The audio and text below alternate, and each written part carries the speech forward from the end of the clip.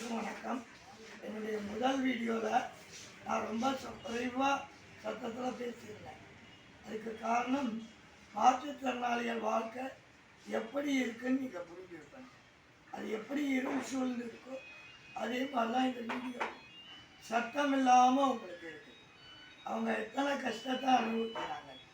ஒரு மாற்றுத்திறனாளியாக இருந்தால் அவங்க குடும்பம், சமுதாயம், நண்பர்கள், பெற்றோர்கள் யாருமே அவங்களுக்கு உதவி செய்யறதில்லை. அவங்கள விட்டுடுறாங்க, கைவிட்டுடுறாங்க. ஏன்னா அவங்களுக்கு எந்த உதவியும் கிடைக்கிறது இல்லை. அரசு 4% இடஒதுக்கீடு கொடுத்திருந்தா கூட பலர் அதை பயனடையாமல் தான் இருக்காங்க. இன்னும் எல்லாரும் பயனடையணுங்கிறதுக்காக இந்த வீடியோவை நான் உங்களுக்கு திருப்பி பண்ணிட்டு இருக்கேன். நீங்கள் எல்லாரும் சமுதாயத்தில் உயர்ந்த இடத்துக்கு வரணும். மாற்றுத்திறனாளிகள் 4% இடஒதுக்கீடு கொடுக்கணும். இன்னமும் பல பேர், எடுத்துக்காட்டாக நானும் சரி, என்னுடைய சகோதரியும் சரி. என்னுடைய சகோதரிக்கு இன்னும் வேலையே கிடைக்கல. அவங்க ஒரு மாற்றுத்திறனாளி. அப்படி இருந்து பலருக்கும் வேலை கிடைக்காமலும் படிக்க முடியாமலும் எத்தனையோ வருஷங்கள் இருக்காங்க.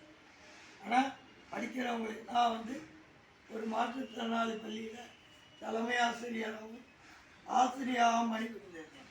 செவித்திறன்களுடைய எத்தனையோ பிள்ளைகள் எங்களுக்கு பேருந்து சாலை கிடைக்கல, பேருந்தில் போகும்போது நடத்துனர் சரியாக எங்கள்கிட்ட நடந்துக்கலை அப்படின்லாம் ஏகப்பட்ட குறைபாடுகள் சொல்லியிருக்காங்க. ஆனால் எதுவுமே இதுவரை நிவர்த்தி செய்யப்படவில்லை. என்ன நடத்தின ஒரு உதாரணம் உங்களுக்கு ஒரு கதை சொல்லணும்னா, நான் சென்னையிலேருந்து விருதுநகருக்கு பேருந்தில் வந்துகிட்டு இருக்கும்போது விருதுநகர் வெளியில் ட்ரிபிள் காலேஜ் அப்படின்னு ஒரு இடம் இருக்குது. அதில் வந்தவனையும் நடத்துனர் என்னை இறங்கி விருதுநகர் வந்துருச்சுன்னு சொன்னார். நான் கீழே இறங்கி பார்த்தா அது விருதுநகர் இல்லை, விருதுநகர் அவுட்டர்.